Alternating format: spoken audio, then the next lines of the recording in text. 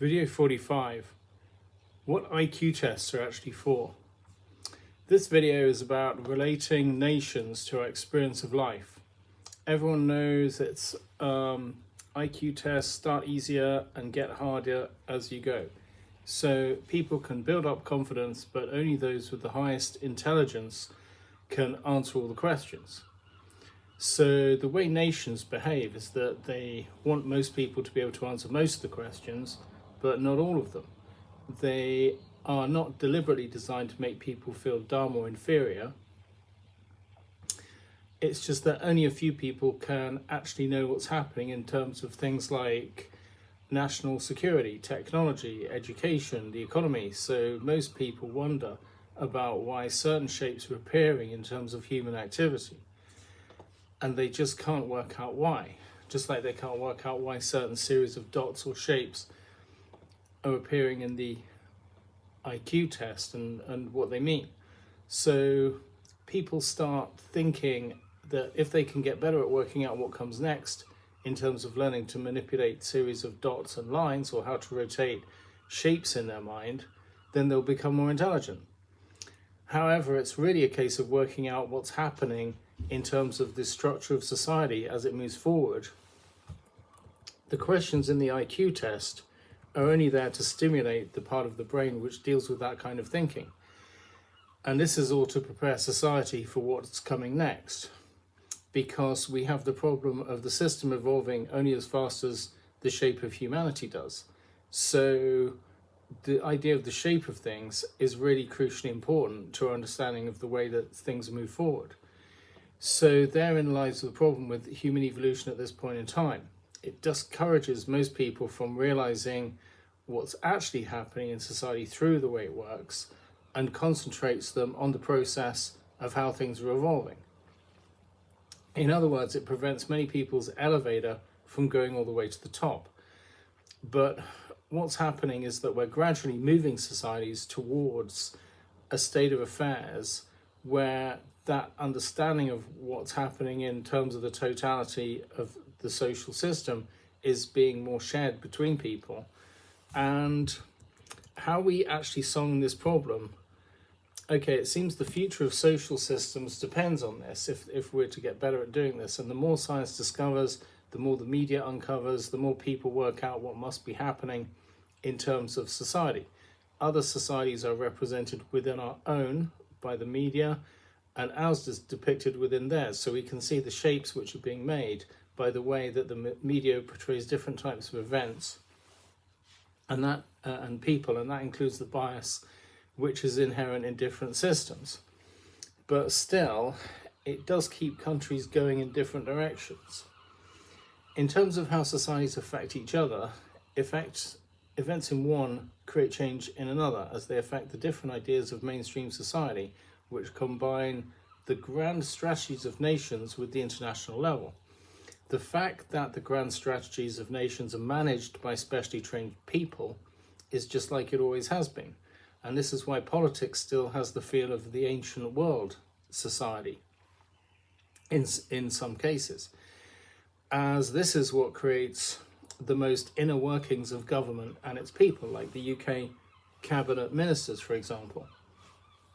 While it involves the job of interpreting what's happening to the nation on an international level, it is also the ultimate cause of social inequality on a national level.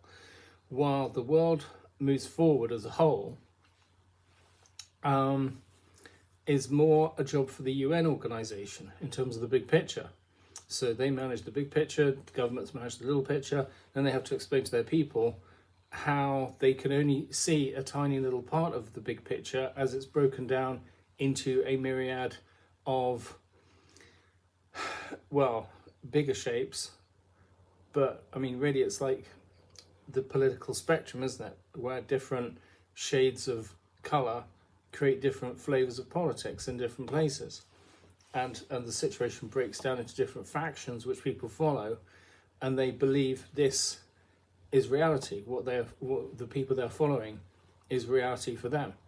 So some governments are investing in a lot of money into surveillance and security equipment, policing and social control through censoring the media and the internet, and also adding to the media with propaganda and people that may not be genuine social media accounts. As countries have different types of social problems, like basically some seek to control through censorship, others seek to control through adding stuff in, like the West. The right-wing communities have enough discipline because they focus on structure, and hence they need to work on enabling people to work together. Left-wing communities are usually very good on how people benefit from working together, but then suffer from internal power struggles. They struggle to create a united front. They have big personality contests and a lack of centralized organization. It was a problem with the commune system experiment, which was recorded on film, and that's on YouTube as well. That was a documentary in the US, that some people's personalities just come through stronger than others, and this just created a new type of oppression when there were no clearly defined social roles. A large amount of music, film, television programs, and kind of level 5 type celebrity culture involving leaders and influencers, actors and actresses, like from the Marvel Cinematic Universe, and musicians like Taylor Swift. They spend a lot of time discussing personal experiences in relation to social norms, but not really why we have these norms in themselves. But it's all part of their personal development process as they get the opportunity to interact with people from different types of backgrounds and societies, and it gives them the experience to get to the higher levels. So, because that's something more for the kind of like 6, 7, and 8 managers, producers, directors. And while most people simply just conform to their workplace role, the level 3 manager there is supportive of level 1 or 2 status workers, creating their sense of reality for them, selling them the dream.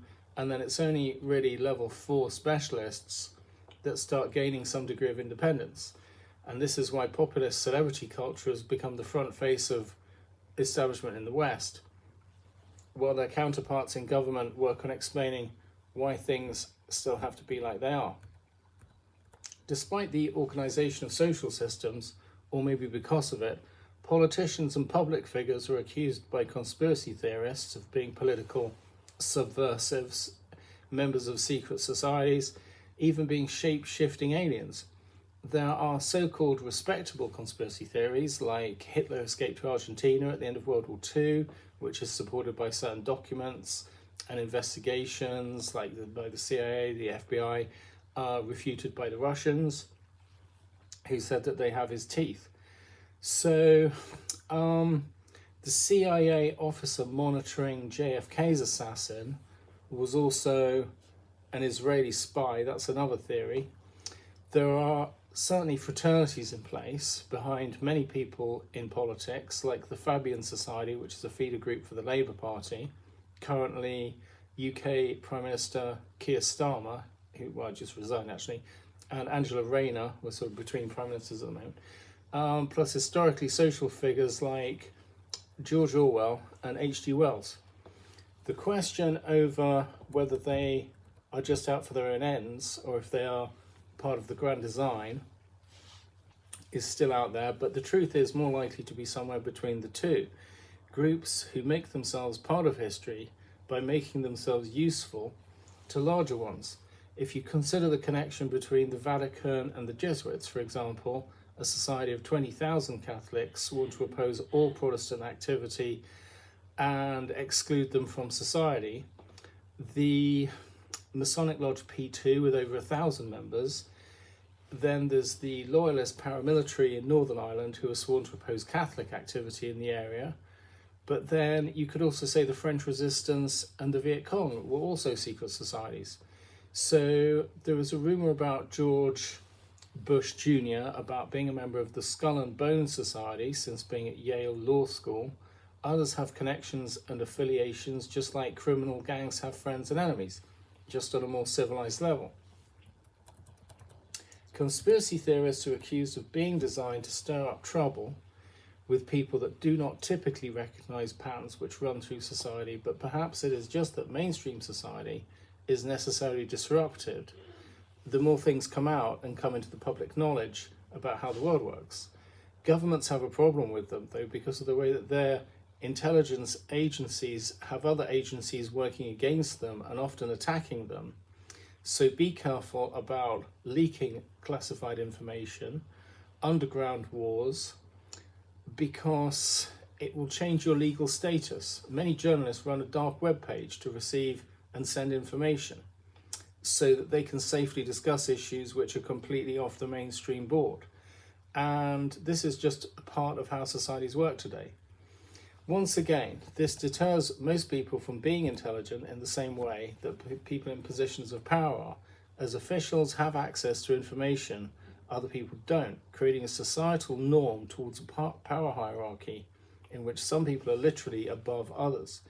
This would seem to be okay if social systems were fair and people worked their way up the levels, but there is usually a lack of opportunities and vested interest blocking people's way, plus costs. Political unrest can be justified, and this has become a kind of social norm now, where we can't fix the world order problem, so we know there's going to be trouble, so governments invest in riot gear for the police, and the police just have to say, okay, then we're going to go and beat some rioting, what do you call them?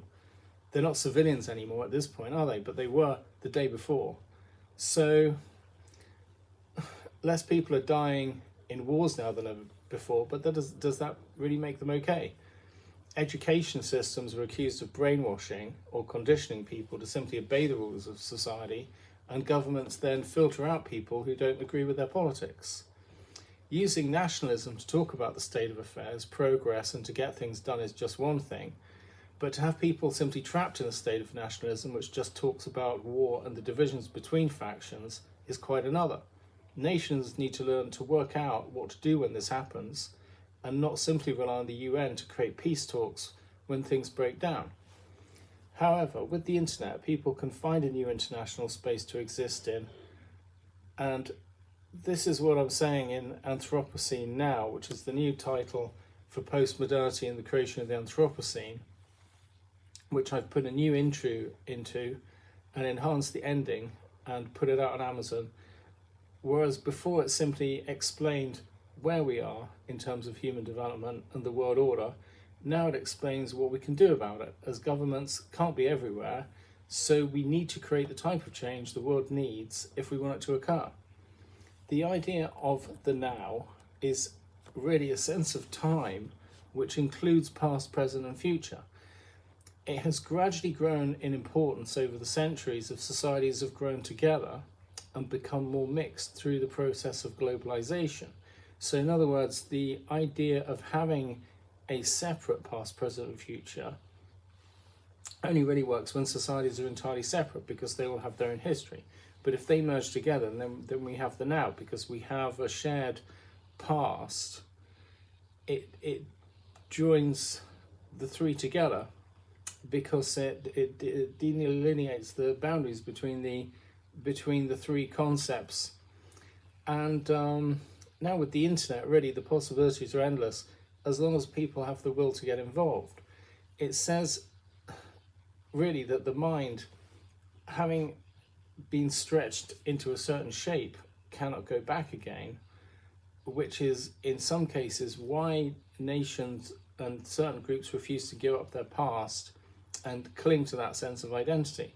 But it still doesn't mean that they're not in a space which is shared and interacting with other groups of people, and there's no real exclusive zone for any particular type of person other than that which is created by social system. So it used to be social networking, but now it's more like a general improvement of all knowledge. While mainstream society can try to dictate that workers should only be concerned with things to help them do their job and only allow them to make appropriate lifestyle choices, the very idea that society is controlling people has become increasingly studied and explained by scientific theories, leading to people being able to create better strategies. So despite all the new equality legislation, the question still arises over whether societies are free to evolve as they please or whether they are being controlled by governments.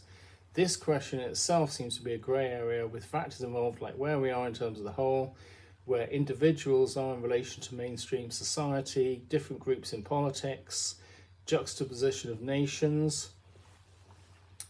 There is still this big idea of freedom in the West, and there's still the idea of counterbalancing Western influence in BRICS countries that's come through from the communist days, which involves justifying a certain amount of social control and censorship as we are aiming to create a better world, as we need to create a better world out of the way that really the way that those European empires dominated in the past kind of centuries, leading to Hitler and World War II. So,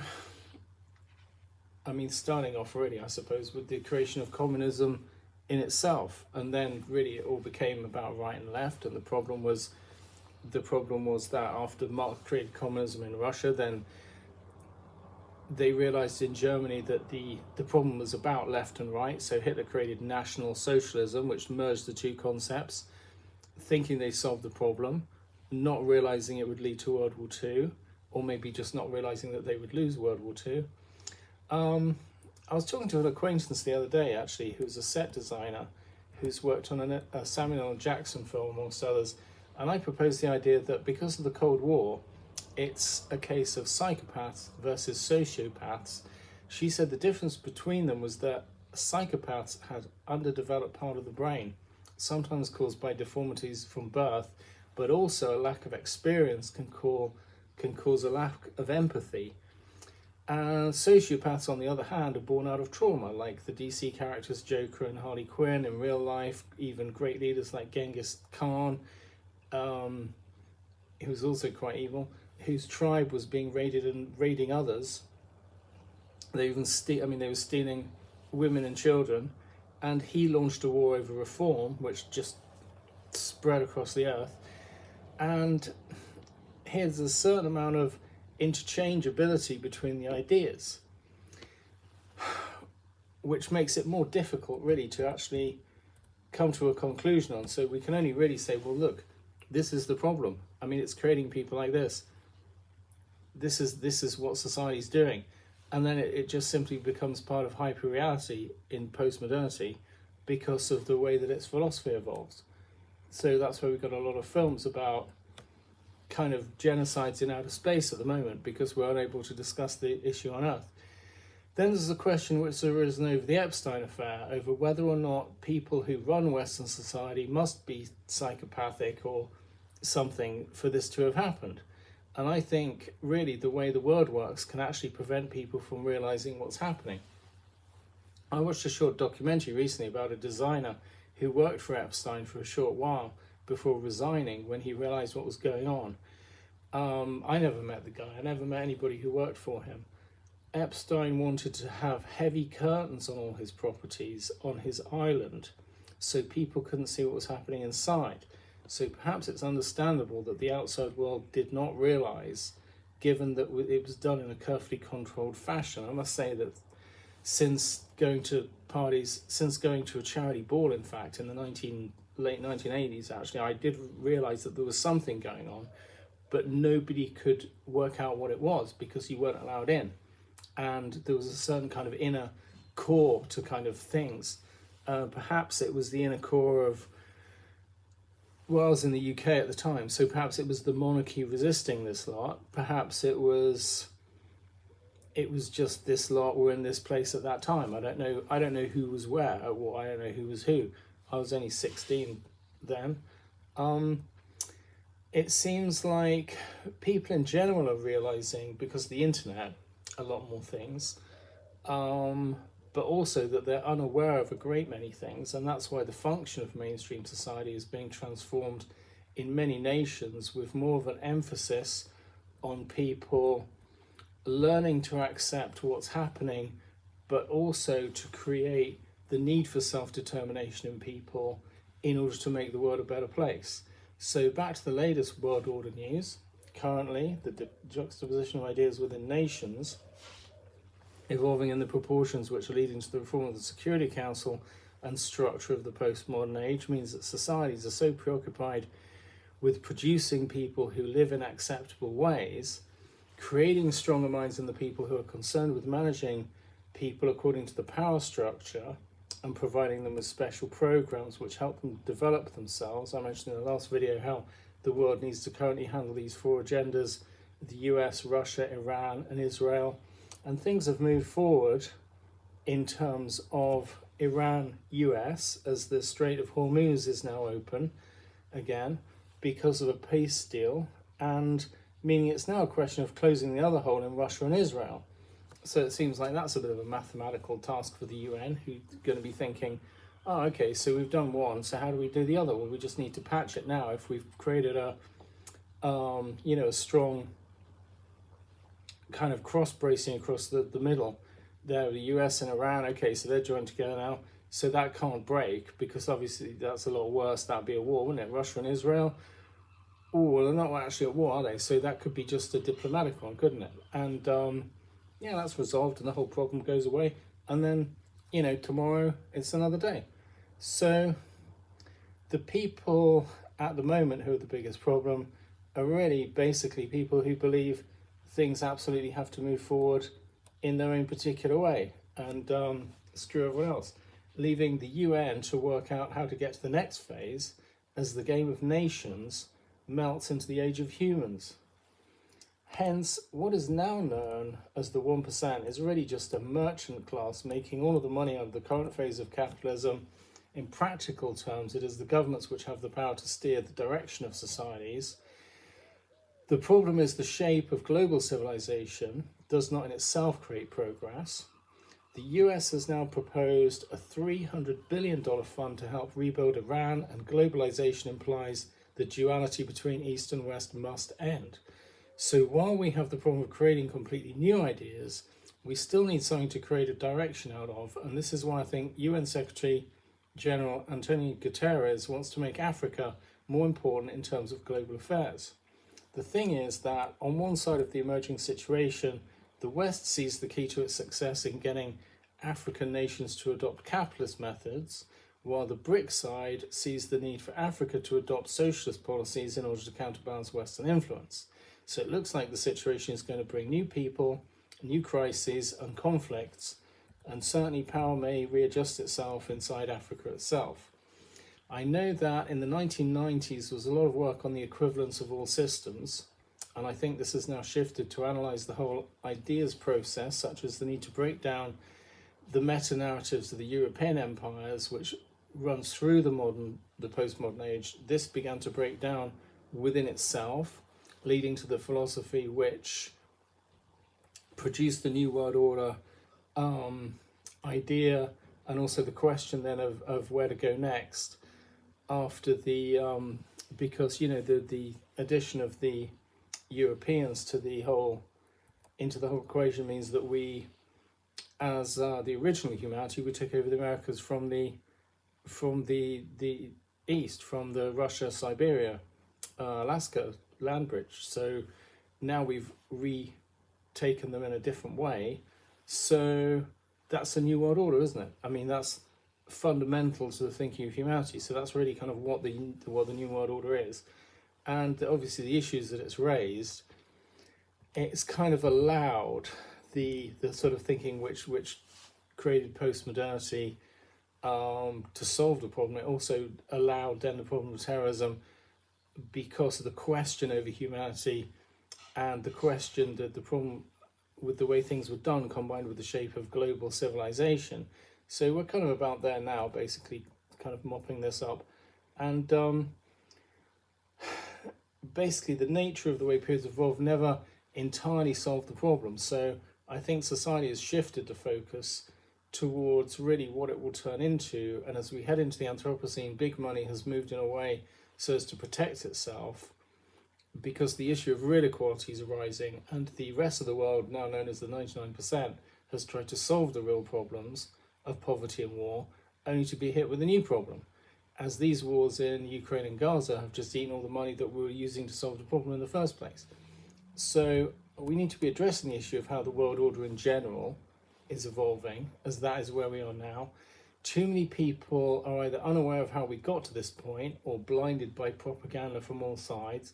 Many people in government say we will need to keep people in the dark about what's really happening so we can solve the problem, and that it's a case of everyone doing their job. But the incoming dynamics of the new Anthropocene age say different.